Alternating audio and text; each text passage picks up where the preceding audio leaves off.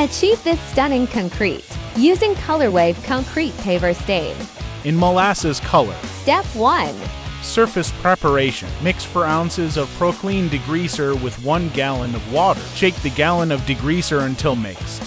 Pour into pressure washer soap tank. Pressure wash pavers with Proclean degreaser. Use a scrub brush to remove stubborn dirt. Mop up or use wet dry vac to pick up residue. Rinse surface with water until there's no more residue. Allow concrete to dry completely. Step 2. Preparation. Assemble the sprayer and remove all filters. Shake ColorWave before pouring in the sprayer.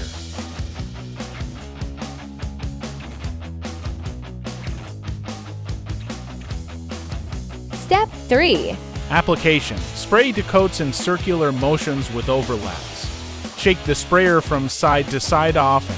Allow to dry 8 hours between coats. Before. After. This is what it looks like when stained. The color will pop when sealer is applied. Step 4. Seal and protect finish. Apply to thin coats of sealer. Wait 8 to 12 hours between coats. Stained. Sealed. Wow, look at that color!